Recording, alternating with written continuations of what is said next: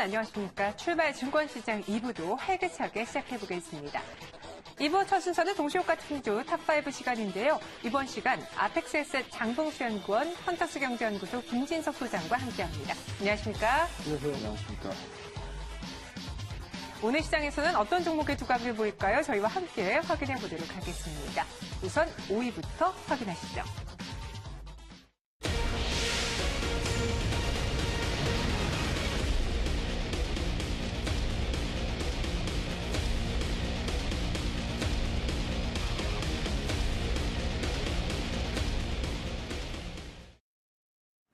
반도체 디스플레이 장비 생산 기업인 코디엠이 전일장 급등세를 보여주더니 결국 상한가까지 터치가 됐습니다.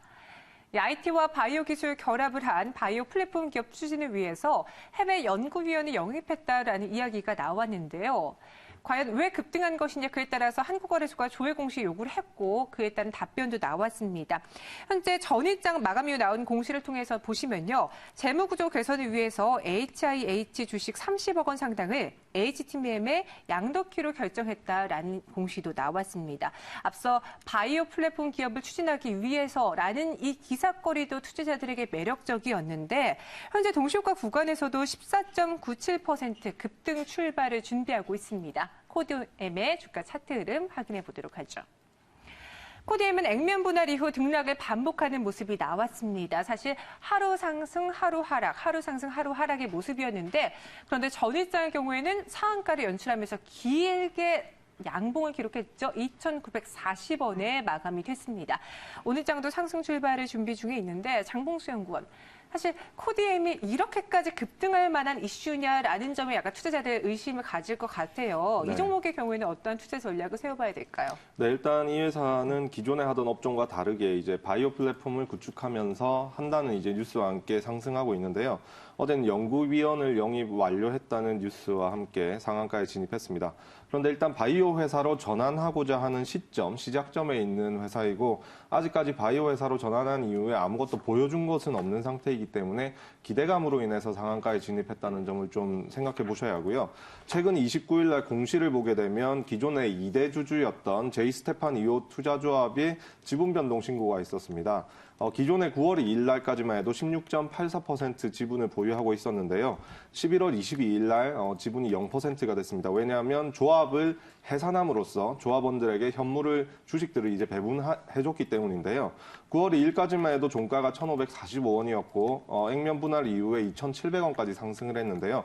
그러면 기존에 투자를 한 조합원 입장에서는 현물을 지금 처분하더라도 수익률이 약 90%에 해당되기 때문에 지금 접근하고자 하는 개인분들에게는 조금 부담이 될 수 있는 부분이고 현재 가격 이하에서 전환사채 물량이 부담이 좀 있습니다. 2회차 전환사채가 100억 원인데 전환가액이 596원이고요. 3회차가 12가 200억 원이 있는데 796원, 그리고 4회차 100억 원이 796원이고요. 또 최근에 5회차 전환사채를 발행했는데 전환 청구 기간이 내년 3월 17일 이후이기 때문에 당장 물량 부담은 어느 정도 없는 상태이지만 지금 가격 자체는 어느 정도 고가권역이라는 인식을 좀 하셔야 되기 때문에 지금 접근은 좀 부정적이라고 보고요. 단기적으로 접근하시려면 약 1,900원대까지 주가가 조정이 된다면 그때 트레이딩 관점으로 접근하시면 괜찮겠습니다. 네, 트레이딩의 관점으로 접근해 보시는 건 나쁘지 않을 것 같습니다. 하지만 현재 이 코디엠과 관련해서 전일장 많은 급등세가 나왔고 오늘의 경우에도 급등 출발이 예측되어지고 있기 때문에 주의 깊게 조심스럽게 다가가 보셔야 될 것 같습니다. 이어서 4위 종목 공개하겠습니다.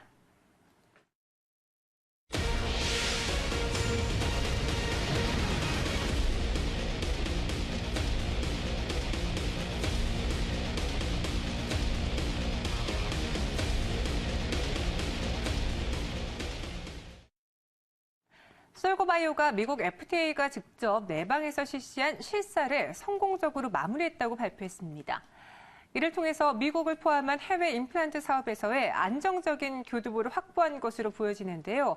우선 이번에 실사가 된 4개 품목에서도 계속된 인증이 유지될 것으로 보여지고 내년 초 새로운 신제품 역시 FDA 무난히 인증을 받을 것이다라는 기대가 커지고 있습니다. 솔고바이오의 주가 추이는 어땠을까요? 한번 확인해 보도록 할게요. 현재 동시효과 구간에서는 0.43% 출발을 준비 중에 있는데 솔고바이오의 경우에는 지난 5월에 최고가를 찍고 꾸준히 내려가는 모습이 나타났습니다. 그러더니 11월 9일의 경우에는 799원까지 떨어지면서 동전주로 전락을 했죠. 다시 한번 반등을 노려보고 있긴 하지만 아직 주가는 1,280원대까지 터치하는 모습이고 다시 윗꼬리를 달았습니다.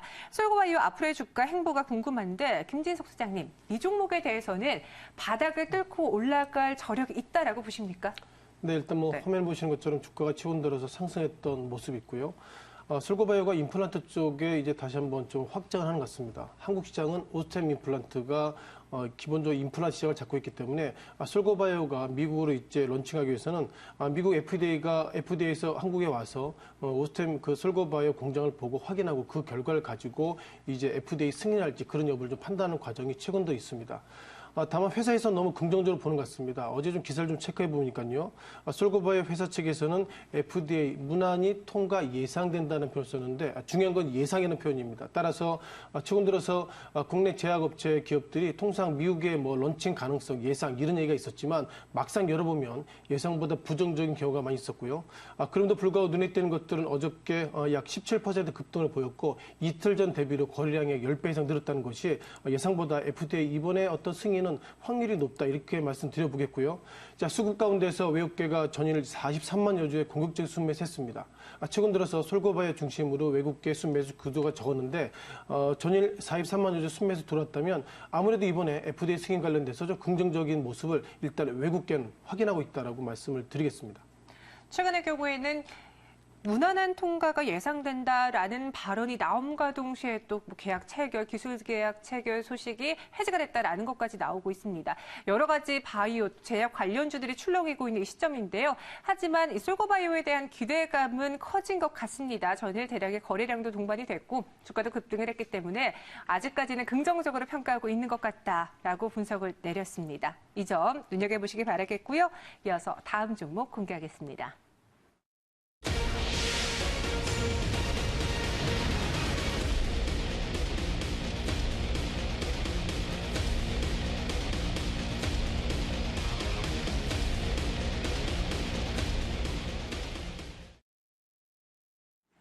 원료 의약품 전문 기업인 에스텍파마가 대만 이노파막스와 지난 2007년과 2010년에 체결한 528억 원 규모의 MRI 조영제 원료 공급 계약을 해지당했다라고 전일 발표를 했습니다. 일방적인 해지였는데요. 이번에 해지된 규모는 528억 원 따라서 지난해 한 해 동안의 매출액 451억 원을 훌쩍 뛰어넘는 규모입니다. 투자자들의 불안감이 커질 수밖에 없겠죠. 에스텍파마 최근의 주가 흐름부터 한번 짚어보도록 하겠습니다. 최근의 경우에는 장단기 이동평균선 모두 다 이탈하는 하락세가 나왔습니다. 꾸준하게 조금씩 저점을 내려갔던 에스텍파마 결국 8,970원까지 전일장 밀려나면서 파랗게 물드는 모습이 연출이 됐는데 현재 동시효과 구간에서는 보합권으로 출발할 것으로 보여집니다. 9,150원에 아직 멈춰 있는 상황. 앞으로 에스텍파마의 행보는 어느 방향을 향하게 될까요? 장봉수연권, 에스텍파마가 또 한 번 일방적으로 이 기술계약 체결이 해지가 됐습니다. 네. 악재로 작용할 것 같은데 하단을 그럼 열어놔봐야 될까요? 예, 일단 어느 정도는 조금 더 이제 관망하는 방식으로 지켜보셔야 되는데요.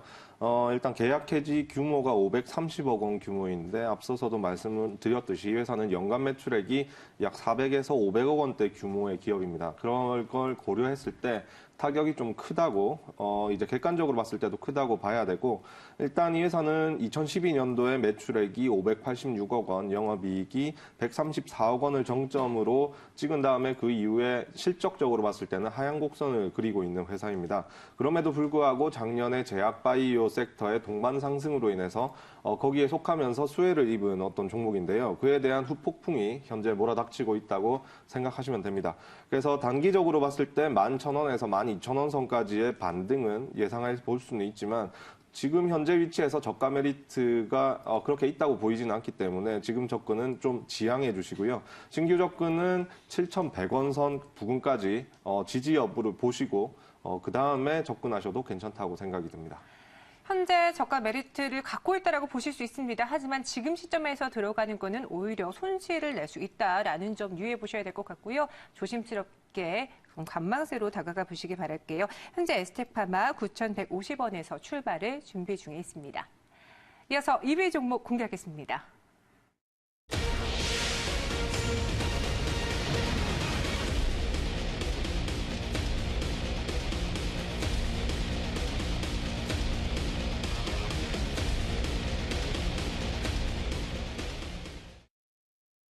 텔콘이 최대 주주 비보존의 비마약성 진통제 신약이 미국 FDA 이상을 마무리했다라고 발표했습니다.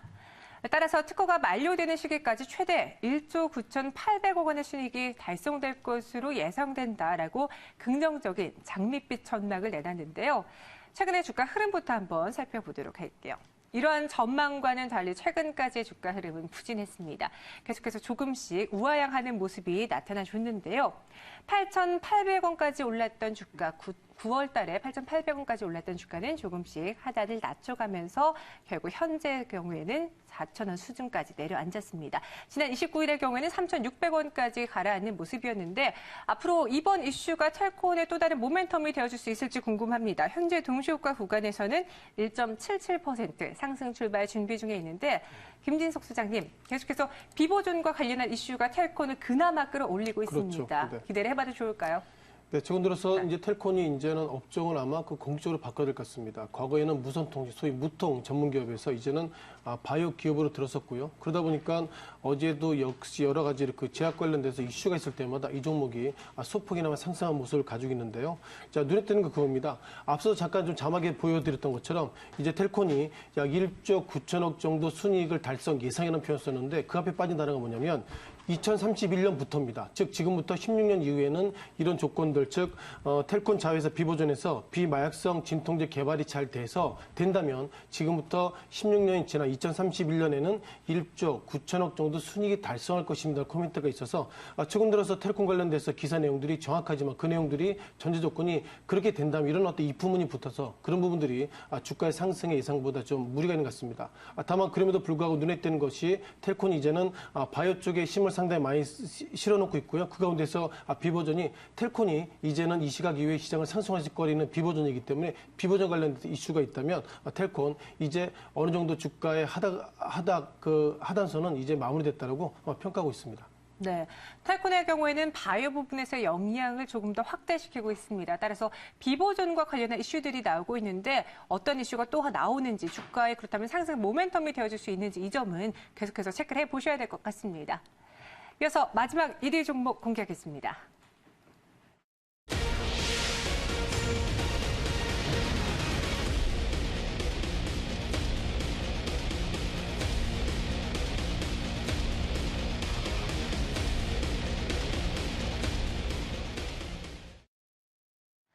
하나테크인이 한국항공우주 인수 가능성이 제기되면서 전일장 투자자들의 매도세를 맞았습니다. 우선 그룹 측에서는 부인을 했지만 시장은 이 가능성을 열어놓은 것인데요. 차트 흐름 한번 확인해 보도록 하죠. 하나테크인의 주가는 잘 나가다가 갑작스럽게 급락하는 모습이 나왔습니다. 최순실 게이트의 방산주가 엮이면서 투자자들의 매도세, 불안감이 매도로 연결되는 모습이었는데요. 당시 긴 음봉 차트를 기록하면서 45,700원까지 가라앉았습니다. 다시 한번 반등을 꾀해보려고 했지만 아직까지는 불안한 심리가 조금 남아있는 것 같은데요. 주가 상승을 막고 있는 이 시기에 하필 또 하나의 인수설이 나오면서 주가를 끌어내렸습니다. 장봉수 연구원, 사실 하나테크인의 경우에는 사실이 아니다라고 말을 했거든요. 네. 그럼에도 불구하고 시장이 계속해서 불안해하는 이유는 무엇일까요? 예, 일단 이 하나테크인은 이제 라인업을 보게 되면 자주포와 장갑차를 포함한 지상기동 화력 그리고 항공기 엔진, 유도무기까지 라인업을 구축한 상태인데요. 지금 말이 나오는 한국항공우주 인수는 너무 욕심이 과한 것이 아닌가 좀 생각은 할 수 있습니다. 왜냐하면 일단 관계자가 현재로서는 인수를 위한 액션이나 계획이 전무한 상황이라고 발표를 했고, 근데 말미에 그렇다고 인수에 전혀 관심이 없는 것은 아니다라고 여운을 좀 남겼는데요. 한국항공우주의 시가총액은 6조 6천억 원이고 이 회사를 인수하기 위해서 시장에서 예상하는 필요 자금은 약 2조 원인데요. 하나의 경우에는 지난해 삼성그룹과의 M&A 과정에서 이제 자금 여력이 결과적으로 이제 지금 상황에서 봤을 때는 이런 자금을 마련하는 것이 만만치는 않은 상황이라는 것이 좀 중견이고, 그리고 더군다나 이제 하나테크인 이 보유하고 있던 한국항공우주의 지분 10% 중에서 4%를 올해 초 1월 달에 매각을 했습니다. 그 이유는 유동성 확보 차원이었는데요. 이러한 상황에서 이제 마스터 플랜 자체가 확실하게 형성돼 있지 않은 상황에서 인수설이 나오는 것은 양사 모두에게 부담이라고 생각이 들고요. 그럼에도 불구하고 올해 실적이 양호하게 나올 것으로 예상을 하고 최순실 방위사업 개입 의혹에 의해서 주가가 하락했는데요. 여러 가지를 종합해 봤을 때는 장기적으로는 포트폴리오 구성하고 있는 사업 자체를 구성하고 있는 포트폴리오가 괜찮기 때문에 장기적으로는 괜찮다고 보지만 단기적으로는 최근 저점인 45,700원을 지지하는지 여부를 보시고 나서 그 이후에 들어가셔도 늦지 않다고 생각이 듭니다. 장기적으로는 긍정적인 관점을 갖고 계십니다. 하지만 어느 정도의 지지선을 지지받느냐 이 점도 주요 관건이 될 것 같습니다. 지금까지 동시효과 특징주 탑5 확인해봤습니다.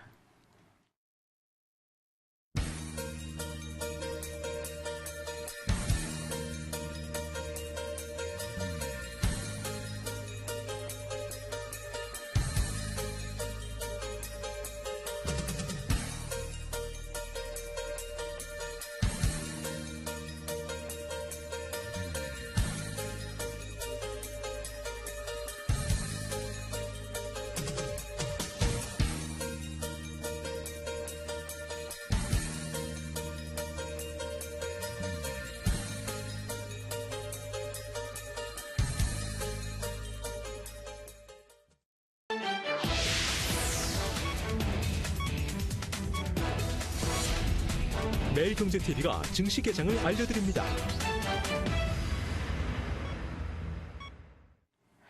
12월 1일 목요일 우리 증시가 문을 열었습니다. 이제 2016년 한 달 말을 남겨두고 있습니다. 12월 한 달 동안은 역시나 대외적인 변수들이 있습니다. 이 변수가 어떻게 해결되느냐가 주요 관건일 것 같은데요. 우선 외부적으로는 달러 약세가 언제쯤 다시 찾아오느냐 이 점이 중요할 것 같고요.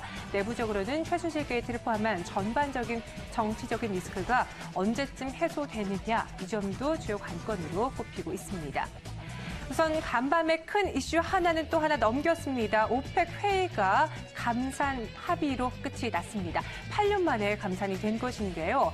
사우디아라비아가 한 발 좀 물러난 것으로 평가를 받고 있습니다. 이로 인해서 간밤에 국제유가 9% 급등세를 펼치면서 49달러선까지 올라섰습니다. 우리 증시 안에서도 이와 관련해서 정유주들의 상승세가 눈에 띄지 않을까라는 점도 있으니까요. 오펙 이번 이슈 이벤트에서 나왔던 주가 흐름 수혜주도 한번 찾아보시기 바라겠습니다. 네, 그럼 오늘 우리 증시의 출발 상황 지금 바로 확인해 보도록 하죠. 3대 지수 모두 다 강보합권에서 문을 열었습니다. 코스피 지수 0.26% 상승하면서 1988.6포인트 지나고 있고요. 코스닥은 0.08% 오르면서 596선을 지나고 있습니다. 코스피 200 지수는 0.28% 상승하면서 254.96포인트 지나고 있는데요. 역시나 장 출발 시에는 그래도 빨간불을 켰지만 언제 꺼질지 모른다라는 점이 계속해서 우리를 불안하게 만듭니다. 이어서 수급 동향도 체크해 보도록 하죠. 유가증권 시장입니다. 유가증권 시장 안에서 외국인과 기관들의 매도가 나옵니다. 전일장 외국인 투자자들의 매수세가 도움이 되어주는데 오늘은 20억 원 그리고 30억 원의 매도 우위를 보여주고 있고요. 개인만이 55억 원의 사자세를 펼치고 있습니다. 코스닥 시장도 확인해 보도록 할까요? 코스닥 시장 안에서는 외국인 투자자들, 기관 투자자들 코스피 시장에 이어서 함께 매도세입니다. 각각 12억 원, 27억 원의 매도세를 펼치고 있고 이와 달리 개인 투자자들 참 분주합니다. 다시 8억 원의 매수세를 펼치고 있습니다. 이렇게 전반적인 개장 상황 확인해 봤고요. 이번에는 종목별로 체크해 보도록 하겠습니다. 민영 개장중개팀과 함께 하시죠.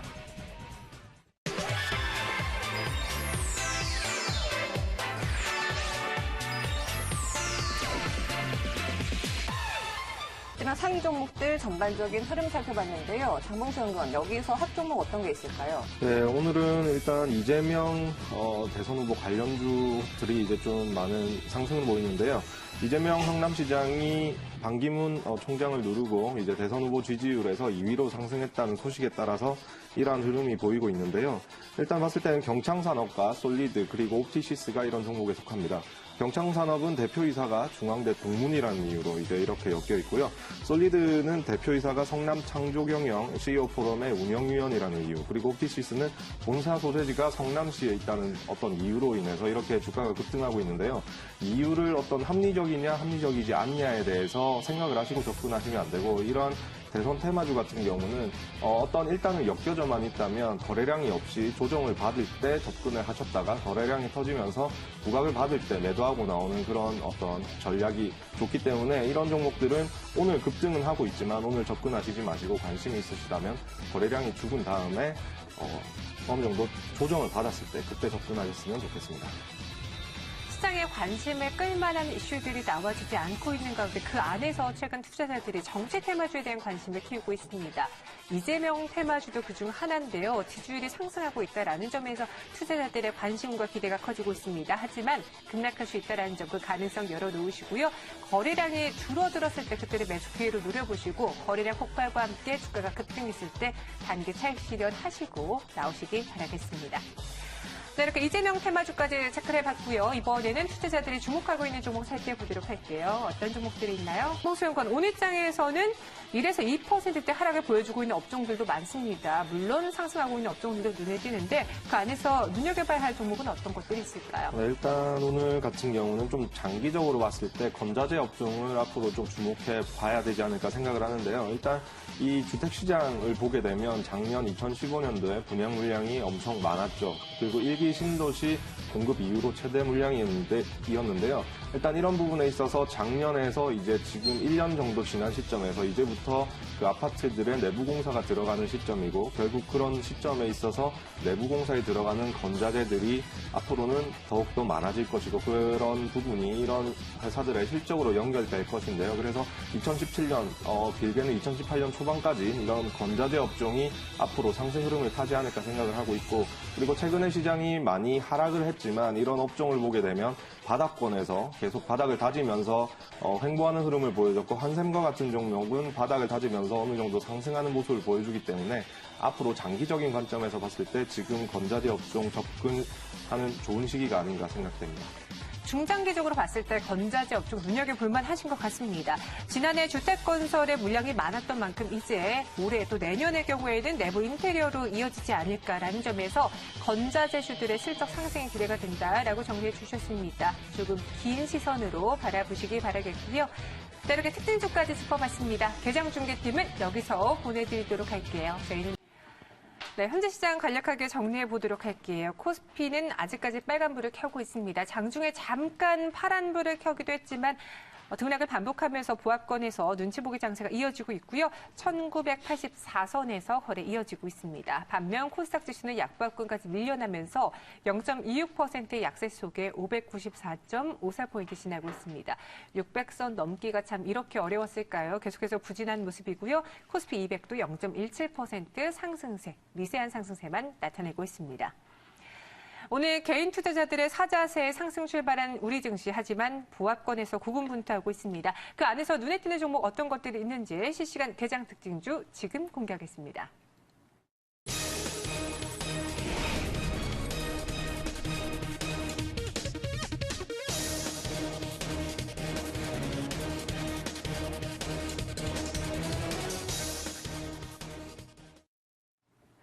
역시 이와 관련한 종목들이 오늘 요동칠 것으로 예상이 됐습니다. 오펙이 감산에 8년 만에 합의를 했기 때문인데요. 정유화학 조선업체들에는 긍정적인 영향을 미칠 것으로 시장은 분석을 하고 있습니다. 이로 인해서 정유화학주 대표적인 SK이노베이션이 3.93% 크게 오르고 있고, GS도 1.84% 강세 연출하고 있습니다. S-오일이 3.69%의 강세를, 롯데케미칼과 LG화학도 나란히 상승하고 있습니다. 오펙 감산 소식으로 인해서 지난 간밤에 뉴욕 증시에서 또 관련주들의 상승세도 눈에 띄었고, 유가도 9% 급등이 나와줬기 때문인데, 대한유와 코롱 인도도 현재 빨간불을 켜고 있고요. 금호석유는 4%대 급등 보여주고 있습니다. 김진석 소장님, 이제 길게 조금 바라봐도 되지 않을까라는 생각이 들거든요. 그동안 오펙에서 감산 합의가 실패될 것이다라는 이야기도 나오면서 시장의 분위기를 좀 가라앉히다가 다시 빵 하고 터뜨려줬어요. 이 종목들, 이 업종들 어떻게 바라보면 좋을까요? 네, 오펙실은 오늘 그 동결 합의가 설마 될까 그런 퀘션 마크가 있었는데요. 예상보다 동결 합의가 됐습니다. 여기서 바라보셔야 될 것은 세 가지입니다. 먼저 지난 9월 28일이죠. 알제리에서 일단 합의했습니다만 전적인 틀거리를 합의 못하고 일단 우리가 동결하는 것으로 정리하지 이렇게 얘기됐고 오늘 같은 경우에는 자 그럼 동결할 건데 각 나라별로 얼마나 산유량을 조절할 것인지 그런 부분들이 오늘 다 정리됐다 이렇게 보겠습니다. 그동안 가장 그 동결이 된다 안 된다 가장 키팩트 가운데서 사우디 그리고 이란의 어떤 노이즈가 있었는데요. 사우디아라비아와 이란이 뭐 종교적인 색채도 다르지만 그동안 사우디의 기본 생각은 이란이 동결 합의 안 하면 우리는 할 수 없어. 그런 판단을 가지고 있었는데 예상보다 큰 관점으로 사우디가 그래 이란 너희들 그냥 놔두고 그래 전체적인 틀거리 가운데서 동결 합의하자 이런 얘기했습니다. 기본적으로 동결 합의를 유도되는 것은 뭐냐면 그동안 그 전 세계 증시나 전 세계 경제가 부진했던 이유 중에 하나가 결국 저유가라는 얘기를 합니다. 우리가 통상 오일머니라는 말씀을 드리죠. 산유국이 기본적으로 유가가 떨어지기 때문에 오일머니에 돈이 없어서 전 세계 경제가 부정적인 코멘트가 있기 때문에 이번에 동결 합의했다는 것은 뒤져보면 유가가 지금보다 상승할 수 있는 여지가 있다 그런 관점이기 때문에 전체적인 흐름으로 봐서는 이번에 동결이 유가가 상승할 수 있는 계기가 된다 보겠습니다. 다만 한국의 몇 가지 페이퍼를 좀 체크해 보면요. 기본적인 데이터가 한국은 배럴당 50달러에서 60달러 이 밴드 내에 들었으면 가장 최적이랍니다. 그 위로 올라가도 부정적이고 그 이하에 내려가도 부정적이기 때문에 전체적으로 유가가 동결은 결국 불확실성 해소 차원에 좋지만 그리고 유가가 오늘 같은 경우 9% 급등해도 좋지만 이제는 배럴당 60달러 넘어선다면 그리고 50달러 이하로 내려선다면 한국 입장에서는 또 다른 리스크가 좀 전개될 것 같고요. 다만 이 시각 현재 정유 3사가 1% 때로는 3% 이상 급등을 좀 보이고 있어서 아직까지 한국 정유 업종들은 현재 불확실성 해소 차원에서 상승하고 있는 것 같습니다. 이상적인 밴드 구간이 있습니다. 그를 넘어서거나 이탈하는 것도 좋지 않을 것이다라고 해주셨는데요. 하지만 오늘장의 경우에는 정유화학주들에서 역시 단비 같은 소식으로 작용하고 있습니다. 여기에 이번 합의가 의미 있는 것은 러시아를 비롯한 오펙 회원국이 아닌 국가들 역시 60만 배럴 감산에 합의했다라는 점인데요. 장봉수 연구원, 사실 합의가 실패될 시에는 유가가 40달러 선까지 떨어질 것이다라는 의견도 있었거든요. 네. 이제 장기적으로 오를 추세에 있습니다. 정유주, 그 안에서 이 종목이 가장 좀 기대가 된다라는 게 있으면은 어떠한 탑픽 종목이 있을까요? 네, 일단 이 정유주 안에서 봤을 때는 탑픽 종목은 저는 세 종목 중에서는 S-오일이 가장 좋지 않을까 생각되는데요. 일단 유가가 오르게 되면 결국 이 정유와 관련된 매출 비중이 가장 큰 회사들이 가장 큰 수혜를 받을 수 있고 정유 3사 중에서는 지금 S-오일이 가장 이 정유와 관련된 부분에서 매출 비중이 높기 때문에 S-오일의 앞으로 중장기적인 상승세가 이제 예상이 되고요. 일단 이 정유주 같은 경우에는 앞으로 꾸준히 상승할 수 있는 모멘텀은 충분히 이번에 이런 결정으로 인해서 모멘텀은 달았지만 상승에는 또 어느 정도 제한적인 요소가 있다고 보셔야 됩니다. 왜냐하면 정유가 유가 감산에 합의는 했지만 과거처럼 100달러 이상 이렇게 올라갈 것은 아니라고 생각되는데요. 왜냐하면 기술 발달로 인해서 대체 에너지 생산 단가가 많이 내려왔기 때문에 단기적으로 이런 모멘텀에 의해서 상승할 수는 있지만 상승할 수 있는 제한적인 요소도 분명하다는 점을 생각하시고 이제 접근을 하시면 좋겠습니다. 네, 현재 구간 S-오일은 3.45% 상승하고 있습니다. 정유주의 중장기적인 상승이 기대가 되고 있고요. 그 안에서는 정유와 관련한 매출 비중이 높은 종목들 위주로 살펴보는 게 좋을 것 같다라고 정리해 주셨습니다. 이 점 염두에 보시기 바라겠고요. 이번에는 외환시장 체크해 보도록 할게요. 현재 원달러 환율 0.69% 상승하면서 1,177.15원에 거래 이어가고 있습니다. 자세한 이야기는 현대선물 정성윤 연구원과 나눠보겠습니다. 안녕하십니까? 외환시장 확인해 봤고요. 현재 시장 간략하게 확인해 보도록 할게요. 코스피는 0.02% 아주 미세하게 상승하고 있습니다. 1983선을 지나고 있고요. 코스닥은 0.3% 하락하고 있습니다. 594.18포인트 기록하고 있습니다. 국제원유 감산 합의 소식에 전반적인 시장 분위기가 좋았기 때문에 출발 시에는 양시장 모두 다 빨간불을 켰는데요. 하지만 그 역시도 모멘텀이 되어주지 못하는 것 같습니다. 아직까지 우리 시장에 힘이 너무 없습니다. 코스피가 0.01%의 약세, 코스닥이 0.33%의 약세를 보여주면서 양시장 다 미끄러지고 있는 가운데 코스피 200 지수는 그래도 0.07% 상승하고 있습니다. 그럼 계속해서 눈여겨볼 만한 종목들 체크해 보도록 하죠. 실시간 개장 특징주 이어집니다.